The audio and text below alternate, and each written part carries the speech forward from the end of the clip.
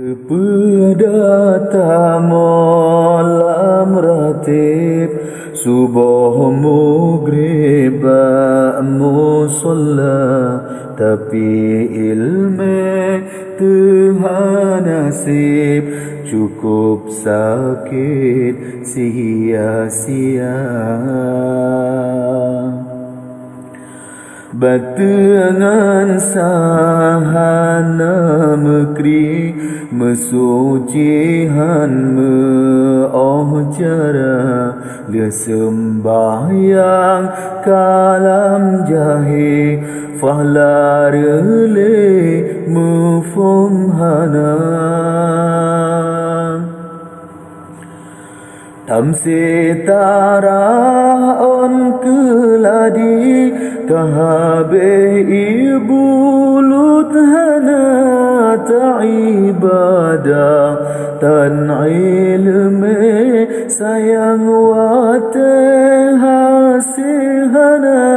ilme agama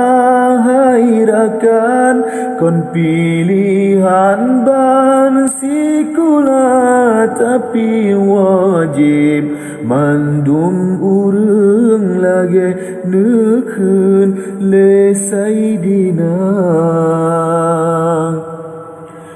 kepada malam ratib subuh maghrib musalla, tapi ilmu Tuhan nasib cukup sakit sia-sia.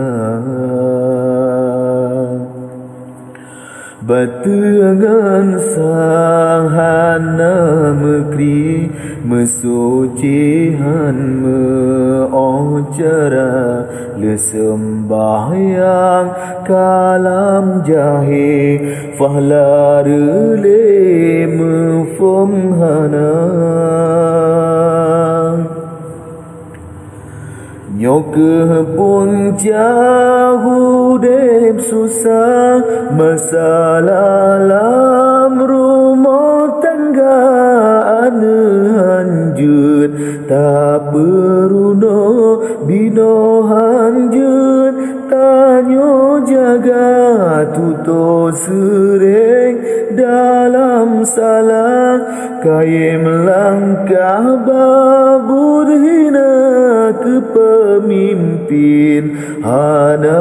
ade tak semike butoi hana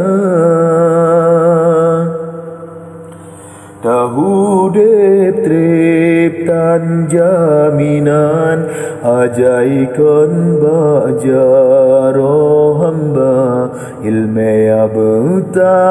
tuntut rijang kesempatan han megisa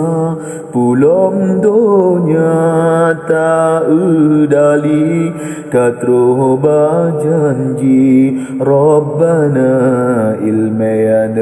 cabut lam alam ngene pulang ulama